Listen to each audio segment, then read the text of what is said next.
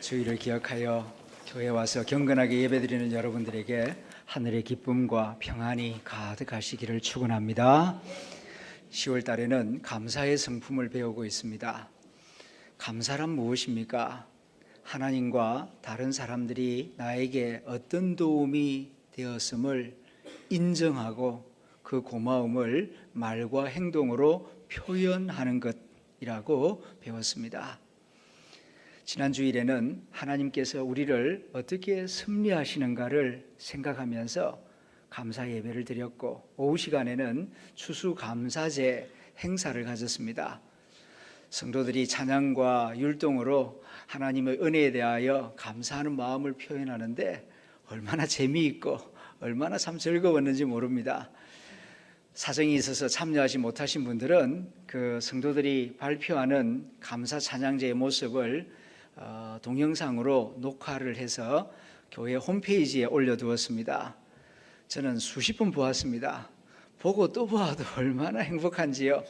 여러분들도 기회가 되시면은 홈페이지 방문하셔서 성도들이 하나님 앞에 재롱잔치하는 모습을 보시고 함께 기쁨을 나눌 수 있기를 바랍니다. 오늘은 복음을 주셔서 감사합니다, 이런 제목으로 하나님의 말씀을 나눕니다. 앞에서 언급했듯이 감사란 하나님과 사람들이 나에게 어떤 도움이 되었는지를 인정하고 어떤 도움이 되었는지를 먼저 알아야 돼요. 그래야 감사할 수가 있죠. 도움이 되었는지 안 되었는지를 모르면은 감사할 수가 없습니다. 특별히 하나님이 나의 삶에 어떤 도움이 되었는가, 말씀 가운데에서 더 깊이 깨달아 할 수 있기를 바랍니다. 하나님이 우리를 사랑하셔서 많은 은혜와 도움을 베푸셨어요. 그 중에서 가장 큰 은혜, 가장 중요한 도움은 복음을 주셨다는 사실입니다. 예수 믿고 병 고치고, 예수 믿고 부자가 되고, 예수 믿고 내 사랑하는 자녀들이 원하는 대학에 들어가고, 예수 믿고 소원을 이룬 것, 그 또한 기쁜 소식이요 축복입니다. 그러나 그것은 땅의 축복이에요. 하나님이 우리에게 주신 가장 큰 축복은 복음을 주셨다. 이 복음이 무엇인가? 어떻게 해서 복음이 가장 큰 축복인가? 이 사실을 말씀 가운데에서 깊이 깨닫는 시간이 될 수 있기를 원합니다. 먼저 복음이라는 말 뜻을 생각해 봅니다. 교회 다니면서 복음이라는 말을 참 많이 듣지요. 그런데 이번 기회에 복음이 무엇인지를 다시 한번 정리해 봅니다. 첫째는 문자적인 의미입니다. 문자적으로는 복된 소식, good news, 그걸 복음이라고 합니다. 두 번째로는 역사적인 의미입니다. 예수님 오시기 전에 그리스 사람들이 복음이라는 말을 쓰고 있었어요. 그리스 말로 유앙겔리온, 이걸 복음이라고 합니다. 역사적으로 이 말이 어떤 의미로 사용되었느냐 하면 전쟁의 승리 소식, 그걸 복음, 유앙겔리온이라고 불렀습니다. 옛날에는 전쟁이 많지 않았습니까? 이 전쟁이라고 하는 것 정말 무서운 것입니다. 그리고 전쟁이 벌어지면 반드시 이겨야 합니다. 지면은 다 죽습니다. 그리고 살아남은 자들은 다 포로로 끌려가고 평생 모아둔 재산은 다 승자의 것이 되는 것입니다. 그렇기 때문에 전쟁이 터지면은 남편도 아버지도 사랑하는 아들도 남자들은 다 전쟁터로 끌려갑니다. 힘을 다하여 싸우게 됩니다. 그런데 저 먼 곳에 나가서 한 달, 1년, 어떤 경우에는 몇 년 동안 전쟁을 합니다. 요즘처럼 전화가 있는 시대도 아니고 핸드폰이 있는 시대가 아니니까 그 먼 곳에 가서 내 남편, 내 아버지, 내 아들이 지금 살았는지 죽었는지 소식을 들을 수가 없습니다. 그러니까 가족은 조마조마하면서 기다리죠. 그때에 전쟁이 끝났습니다. 이겼어요. 얼마나 기쁘겠습니까? 그리고 이 기쁜 소식을 사랑하는 가족들에게 빨리 전해야 합니다.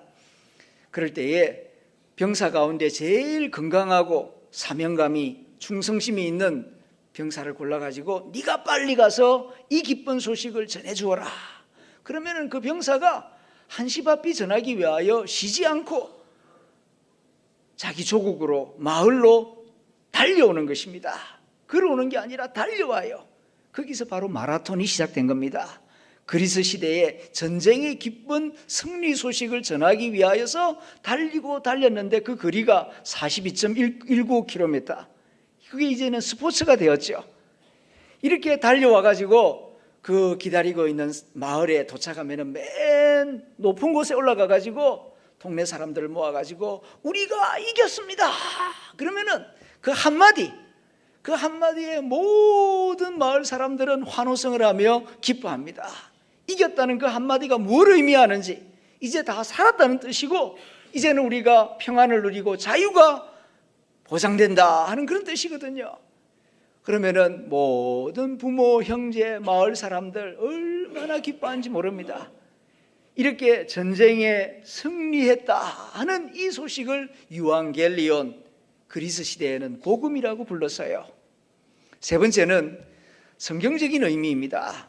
오늘 이 로마서 1장에서 바울은 예수가 복음이다, 문자적인 의미도 아니고 전쟁의 승리 소식도 아니고 그보다 훨씬 더 큰 하나님이 우리를 위하여 이 땅에 보내주신 독생자 예수 그리스도가 곧 복음이다. 로마서 1장 2절에서 복음은 이것이니 그 아들을 성경대로 약속하신 대로 보낸 것이라 말씀하고 있어요. 예수가 복음이라고 사도 바울이 말씀하고 있습니다. 어찌하여 예수가 복음인가? 요한복음 3장 16절에 보면은 하나님이 세상을 이처럼 사랑하사 독생자를 주셨으니 이는 그를 믿는 자마다 멸망치 않고 영생을 얻게 하려 하심이라. 복음의 엑기스를 이렇게 말씀하고 있습니다. 하나님이 천지 만물을 창조하신 전지전능하신 하나님이 우리 인간을 사랑하셔서 무슨 일을 하셨는가 하면은 독생자를 보내주셨어요. 우리 인간적인 생각으로는 그렇게 능력이 많으신 하나님이 나를 사랑하신다면은 내가 원하는 대로 내 집 한 칸 마련하게 해주신다든지 아니면은 우리 어머니 병을 좀 고쳐주신다든지 그렇게 사랑하시면은 내 사랑하는 아들이 원하는 직장을 좀 얻게 해주시든지 그렇게 해야 사랑이지, 독생자를 주신 것이, 예수를 보내주신 것이 전지전능하신 하나님의 사랑이라고.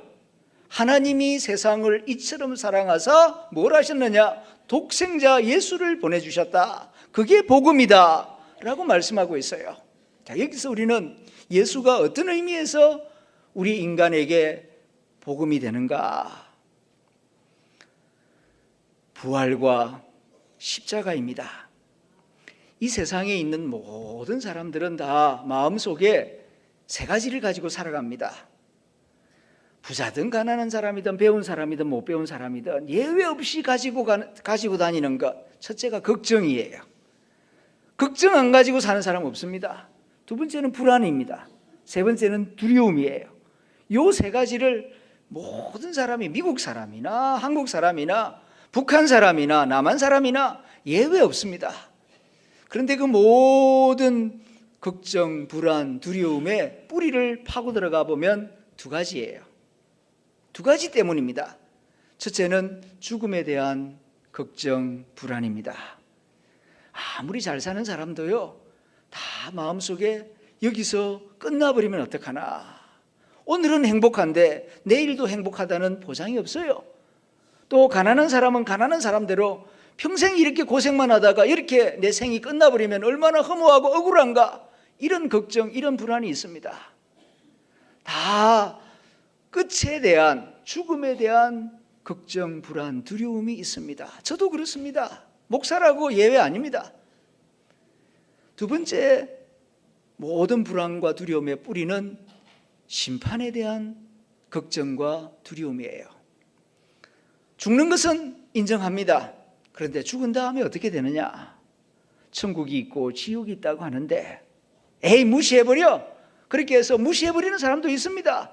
그런데 무시한다고 무시되는 게 아닙니다. 죽은 다음에 어떻게 되는가? 먼지로 그냥 허무하게 끝나는가? 아니면 정말 천국이 있고 지옥이 있는가?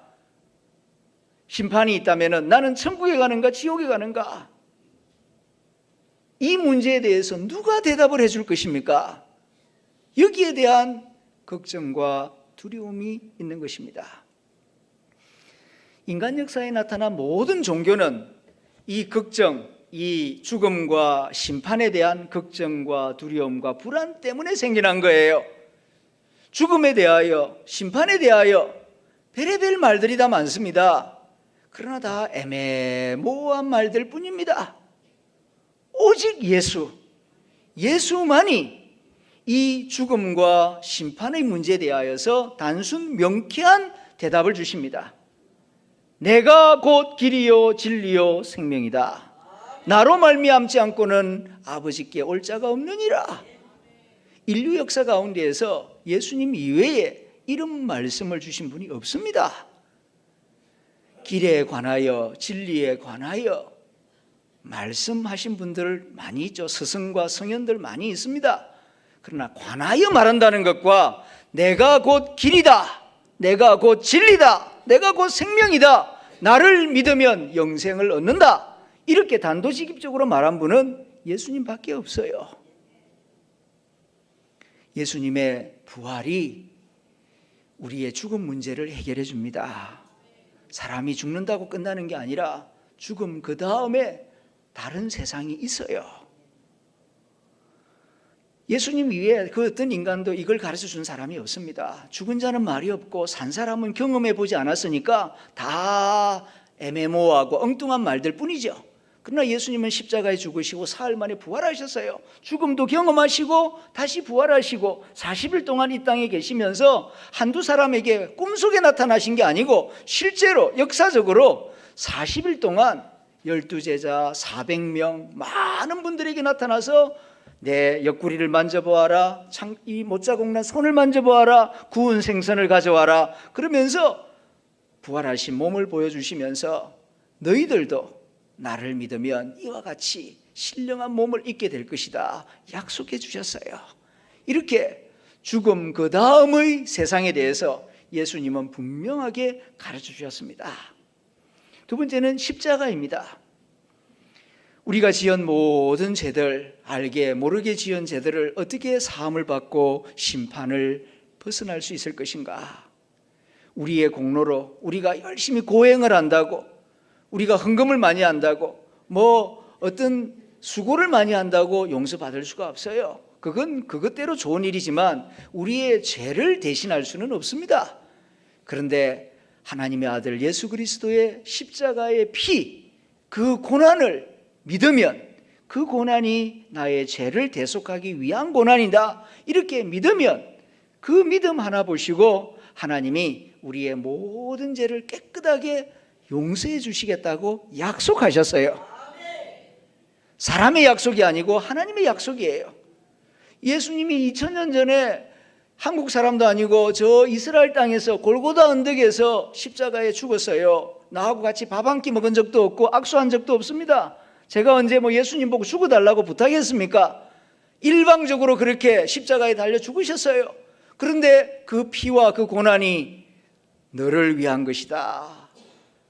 이 말씀을 믿으면 그 믿음 하나 보시고 우리의 죄를 다 용서해 주시고 우리의 이름을 하나님의 생명책에 기록해 주시겠다고 약속하셨어요. 인간의 머리로는 잘 이해가 안 되죠. 그게 어떻게 가능하냐? 그건 가능하냐 불가능하냐 문제가 아니고 믿으라는 거예요. 그래서 이해하라 말씀하지 않고 이렇게 초월적으로 하나님이 우리를 사랑하시고 하나님이 이루신 일이 나를 위한 하나님의 사랑임을 믿으면, 그냥 믿기만 하면 하나님께서 모든 죄를 용서하시고 심판을 면하도록 해주겠다 약속하셨어요. 이게 복음이에요. 예수님의 십자가와 예수님의 부활, 이것이 우리의 죄 문제를 해결하고 우리의 죽음의 문제를 해결해 줍니다. 모든 인간이 가지고 있는 걱정과 불안과 두려움의 근본적인 문제를 해결해 준단 말입니다. 그래서 예수 그리스도가 복음이다. 나는 복음을 부끄러워하지 아니한다. 이 복음을 힘써 전해서 다른 사람들도 죄 용서함을 받고 영생을 얻도록 도와야 되겠다 하는 것이 오늘 사도 바울의 고백인 것입니다. 여기서 우리는 좀 더 깊이 생각해야 합니다. 세상의 복음과 예수의 복음이 어떻게 다른가? 복음은 한두 가지가 아닙니다. 문자적으로 복음, 복된 소식, 기쁜 소식이 많아요. 예를 들면은 환자에게 병이 나았습니다 하는 말은 복음입니다. 기쁜 소식, 복된 소식이죠. 직장을 구하는 청년에게 내일부터 출근하십시오 회사로부터 연락이 오면은 구직자에게 그것은 엄청난 기쁨이요 복음입니다. 그렇지 않습니까? 이것이 세상의 복음이에요. 이런 기쁜 소식이 많습니다. 그런데 예수의 복음과 세상의 복음이 어떻게 다르냐? 세상의 복음은 일시적으로 기쁜 소식, 좋은 소식이라면 예수의 복음은 영원히 좋은 소식, 영원히 기쁜 소식입니다. 환자의 복음, 암에 걸렸는데 수술이 잘 됐어요. 이제는 안심하십시오. 곧 회복될 겁니다. 그러면은 환자와 가족에게 큰 기쁨이죠. 복음입니다. 그러나 이번에 수술이 잘 되고 이번에는 나았지만 영원히 병에 안 걸리는 건 아니에요. 시간이 걸리면 또 다른 병에 걸릴 수 있고 그리고 결국에는 죽습니다. 그러니까 치료가 잘 되었다는 것은 일시적으로 기쁜 소식이죠. 그게 1년이 될 수도 있고 20년이 될 수도 있지만 영원히 좋은 소식은 될 수가 없어요. 구직자의 복음도 그렇습니다. 이력서 100통을 넣었는데 취직이 안 되다가 드디어 취직이 됐습니다. 얼마나 기쁘겠습니까? 그런데 직장에 들어간 다음 10년 동안 진급이 안 돼요. 다른 친구들은 다 과장이 되고 부장이 되고 임원이 되는데 나는 계속하여 대리만 10년 동안 한다면은 이제는 직장 생활이 기쁜 생활이 아니라 스트레스 생활이 되는 것입니다. 이렇게 구직자의 복음도 일시적으로 좋은 복음이지 영원히 좋은 소식은 될 수가 없어요. 그에 비하여 예수 그리스도의 복음은 예수를 믿음으로 죄 사함을 받고 하나님의 자녀가 된다는 이 기쁜 소식은 영원히 기쁜 소식입니다. 이 땅에서뿐만 아니라 이 땅의 삶을 마치고 저 세상에 갔을 때에도 적용되는 하나님의 큰 혜택이요 은혜이기 때문에 예수 그리스도의 복음은 절대적인 복음이요 영원한 복음입니다. 교회는 이 복음을 전하는 곳입니다. 하나님은 우리를 사랑하셔서 물질을 주시거나 일시적인 기쁨을 주시는 것이 아니라 가장 큰 은혜, 이 예수의 복음을 우리에게 주셔서 자기의 사랑을 나타내 보이신 것입니다. 그러므로 우리는 복음이 무엇인지를 알고 복음의 능력, 복음의 가치를 제대로 알아야 내게 복음을 주신 하나님의 은혜에 대하여 제대로 된 감사와 감격을 드릴 수가 있을 것입니다. 복음이 무엇인지를 알지 못하면은 교회가 나한테 해준 게 뭐 있노? 뭐 교회 다닌다고 해서 밥이 나오나 떡이 나오나 돈이 나오든가 오히려 돈만 갖다 바치지. 이렇게 생각이 돌아가면은 복음의 가치를 알지 못하는 사람입니다. 세상적인 가치만 추구하는 사람은 교회 다니면서 큰 기쁨을 얻지 못합니다. 작은 위로나 말씀을 들으면서 잠깐 아이디어는 얻거나 지식과 지혜는 얻을지 모르지만은 근본적인 하나님의 은혜는 아직 접근하지를 못하고 있는 것이죠. 복음 속에 우리를 위한 하나님의 큰 은혜와 사랑이 있습니다. 그래서 교회당 한가운데 다른 것을 걸어두지 않고 십자가를 걸어두었어요. 예수의 십자가. 저 십자가가 뭐길래 교회 한가운데다가 걸어두는가? 저 십자가에 나를 위한 하나님의 사랑과 구원이 나타나 있기 때문에 우리는 십자가를 바라보면서 하나님께 깊이 감사하는 마음을 가지게 되는 것입니다. 바로 이 사람이 그리스도인입니다. 그래서 바울은 말합니다. 나는 복음을 부끄러워하지 않는다고. 오늘 본문 16절입니다. 부끄러워하지 않는다 하는 이 말은 반어법이에요. 복음을 나는 무척 자랑스럽게 여깁니다. 이런 뜻이에요. 바울이 왜 복음을 가장 자랑스럽게 여기는가? 가말리엘 문화에서 공부한 학부를 자랑하는 게 아니라 나는 복음을 가장 자랑스럽게 생각합니다. 그 이유는 모든 믿는 자에게 구원을 주시는 하나님의 능력이 되기 때문입니다. 모든 믿는 자에게, 북한 사람이나 남한 사람이나 많이 배운 사람이나 적게 배운 사람이나 아무리 많은 죄를 지어도 믿기만 하면 모든 믿는 자에게, 옛날에는 유대인들만 구원을 받았어요. 유대인들만 하나님의 은혜를 받을 수 있었습니다. 이방인은 불가능했습니다. 그런데 이제는 이방인이라도 믿기만 하면, 예수 그리스도의 부활과 십자가를 믿기만 하면 하나님이 구원을 베풀어 주십니다. 이렇게 좋은 복음 왜 감추어 두겠습니까? 그리고 구원을 주시는 하나님의 능력이 되기 때문이다. 복음은 구원을 주시는 하나님의 능력이에요. 다른 게 아니고요. 다른 게 아니고 복음이 하나님의 구원의 능력이 된단 말입니다.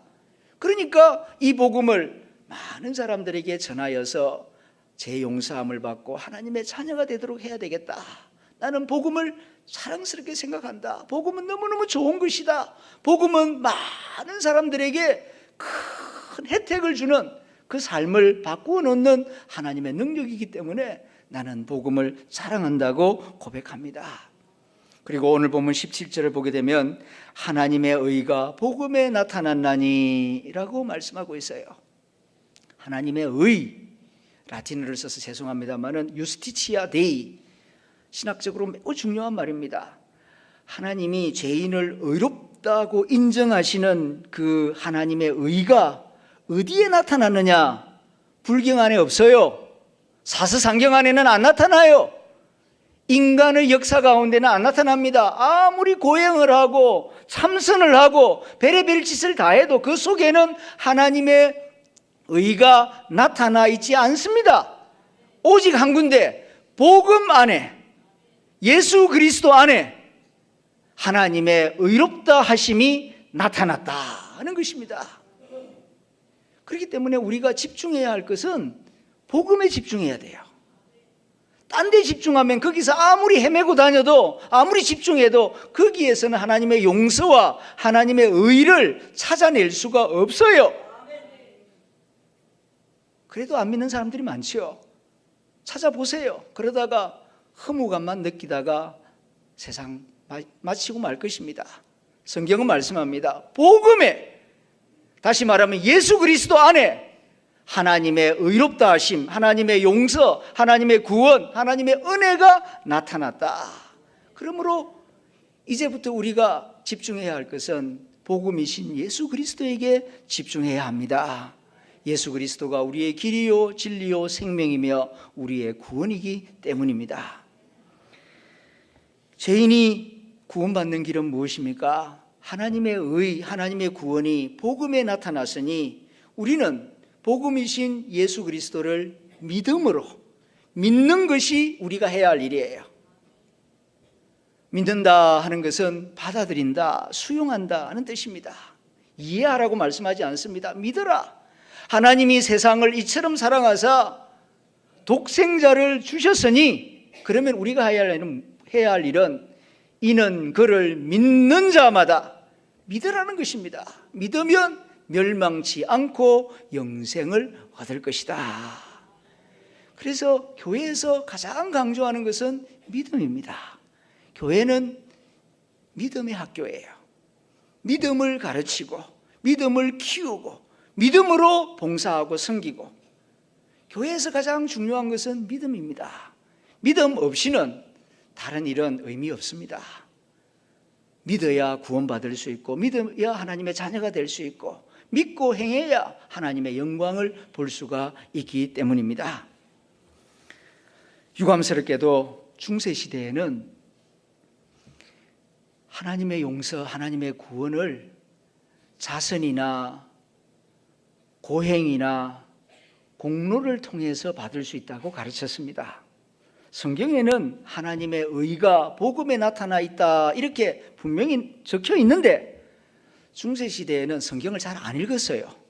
성경책이 귀하기도 했고, 그래서 성경책을 가진 사람이 별로 없었습니다. 성경책 한 권값이 집 한 채 값보다 비쌌거든요. 그리고 또 글을 하는 사람이 별로 없었고, 또 한 가지는 중세시대 신부들의 절반이 무식했어요. 아주 무식했습니다. 교회 역사를 공부해 보면은 신부들의 절반이 주기도문을 못 외웠어요. 그리고 신부가 됐다고요. 어찌 그런 일이 생겼단 말인가 의아하게 생각할지 모르지만은 중세시대에 많은 경우에 이렇게 왕족이나 귀족들 그리고 고위성직자들의 불륜이 저질러져서 이렇게 제2의 자식들이 많이 태어나면은 부끄러우니까 다 숨겨서 키우죠. 그래가지고 수도원에 보내고 저 시골에 보내고 그렇게 보내가지고 이렇게 매관매직으로 신부가 된 경우가 많았습니다. 그렇게 하니까 정규 신학 공부를 하지 않고 그냥 이렇게 숨겨서 키우기 제일 좋은 데가 수도원이고 성직자 생활이니까 그렇게 해서 몇백 년이 지나면서 교회가 많이 부패했습니다. 그래서 성경을 읽고 성경을 가르치는 게 아니라 그냥 관습대로 편리한 방법으로 가르쳤어요. 그게 뭐냐 하면은 용서받으려면 착한 일을 많이 해라. 용서받으려면은 이렇게 고행을 해라. 그렇게 가르쳤습니다. 그게 몇백 년 동안 지나오면서 그게 습관이 되고 전통이 되어버렸어요. 마틴 루터가 젊은 나이에 신부가 되었습니다. 그리고 수도사가 되어서 그도 제 용서를 받으려고 제 문제 때문에 많이 괴로워했습니다. 그래서 가르치는 대로 베드로 성당 계단을 무릎으로 기어 올라가기도 하고 금식을 하기도 하고 그리고 그 추운 날 일어나서 수도원 마당을 수백 번 쓸면서 그렇게 하면서 제 용서를 받아보려고 무척이나 애를 썼습니다. 그러나 그렇게 하면 할수록 또 다른 숨겨진 죄가 생각나서 그는 그의 수도원장 슈타우피츠에게 매번 가서 고해 성사를 하는데 어떤 경우에는 하루에 수십 번을 찾아갑니다. 그러니까 슈타우피츠 수도원장이 루터에게 이런 말을 해요. 루터야, 제발 그 죄를 다 모아두었다가 한 달에 한 번씩만 좀 찾아오면 안 되겠니? 너무 자주 찾아오니까. 그 정도로 루터는 죄 문제로 괴로워하고 힘들어했습니다. 그러다가 수도원에서 성경을 읽는데 오늘 본문 이 로마서 1장을 읽다가 하나님의 의가 복음에 나타났다 하는 이 성경 구절이 눈에 딱 들어오는 순간 눈이 번쩍 뜨인 겁니다. 하나님의 의, 하나님의 용서, 하나님의 구원이 고행 속에 나타난 게 아니고 착한 일을 많이 한다고 하나님의 용서와 하나님의 의가 나타나는 게 아니고 복음에 나타났다. 복음이 뭔가 다시 읽어보니까 로마서 1장 2절에 예수가 복음이다. 성경에 일이 나와 있어요. 여기서 그는 깨닫습니다. 예수 그리스도를 믿음으로 제 용서함을 받고 구원을 주시려고 하는 것이 하나님의 작정이요 하나님의 계획인데 왜 우리가 하나님의 뜻을 모르고 이렇게 교회의 전통, 세상적인 방법으로 제 용서를 얻으려고 했는가? 그는 성경으로 돌아가자. 그래서 추기경과 교황청에 건의를 합니다. 성경에는 이렇게 나와 있지 않습니까? 지금까지 교회가 잘못 가르친 것 같습니다. 이제라도 성경대로 제 용서를 받고 구원받는 길을 교회가 바르게 가르쳐야 되겠습니다. 건의를 했어요. 그랬더니 젊은 수도사가 건방지게 무슨 교회 전통과 교회 가르침을 무시하고 이렇게 건의서를 올리느냐고 무시했습니다. 그래도 또 건의서를 올리니까 위협을 가합니다. 또다시 이런 건의서를 올리면 죽여버리겠다고, 지도새도 모르게 없애버리겠다고. 루터는 고민합니다. 내가 성경 안에서 깨달은 이 복음의 진리를 담대하게 세상에 전할 것인가, 아니면은 적절하게 타협해서 그냥 먹고 살 것인가 많이 고민하며 기도하다가 아니다, 내가 성경을 읽으면서 깨달은 이 진리, 하나님의 은혜와 용서의 길을 세상 사람들에게 전해야 되겠다. 그래서 용기를 내어서 1517년 10월 31일 비텐베르크 성문에 있는 교회 문에다가 99개 종을 붙이고, 성경은 이렇게 가르칩니다. 지금까지 교회의 가르침은 잘못된 것입니다. 거기서부터 종교개혁이 시작된 것입니다. 하나님은 우리를 사랑하셔서 복음이신 예수 그리스도를 이 땅에 보내주셨어요. 그런데 지난 중세시대 1000년 동안 이 성경을 덮어버리고 성경의 가르침보다는 교회의 전통이란 이름으로 잘못된 길로 사람들을 인도하였던 것입니다. 그런데 루터와 칼빈, 종교개혁자들을 통하여 성경을 재발견하고 성경이 가르치는 구원의 길을 다시 한번 가르치기 시작하면서 교회개혁, 종교개혁이 시작되어 프로테스탄트 처치, 개신교회가 이 땅에 존재하게 된 것입니다. 오늘은 그날을 기념하는 주일 예배입니다. 우리는 하나님께 감사하되 복음을 주신 하나님께 감사하고 또한 종교개혁자들을 통하여서 가려워졌던 어두워졌던 복음의 빛이 다시 뚜렷하게 드러난 것에 대하여 감사한 마음을 가져야 할 것입니다. 그리고 이 복음을 믿는 저와 여러분들은 다짐해야 합니다. 성경 위에 굳게 서서 복음을 굳게 믿고 그리고 바울처럼 복음을 담대하게 전하리라, 이렇게 다짐해야 할 것입니다. 왜냐하면 이 복음을 기다리는 사람들이 이 세상에 너무너무 많기 때문입니다. 여전히 죽음과 심판의 문제 앞에서 걱정하며 불안하며 두려움 속에서 살아가는 사람들이 너무 많습니다. 듣든지 아니 듣든지 믿든지 아니 믿든지 먼저 복음을 알게 되고 믿은 우리가 이 복음을 전해야 합니다. 그러면은 하나님이 예정하시고 선택하신 사람들은 예수님이 부활하셨습니다. 예수님이 십자가에 죽으심으로 나와 당신의 죄를 다 사하셨습니다. 어떤 사람들은 웃기고 있네 그러겠죠. 안 믿는 사람은 소용없어요. 그건 그 사람 책임이에요. 그러나 영적으로 고민하고 있는 사람은 그 말을 듣는 순간 귀가 번쩍 뜨일 것입니다. 불교 신자들에게도 말하십시오.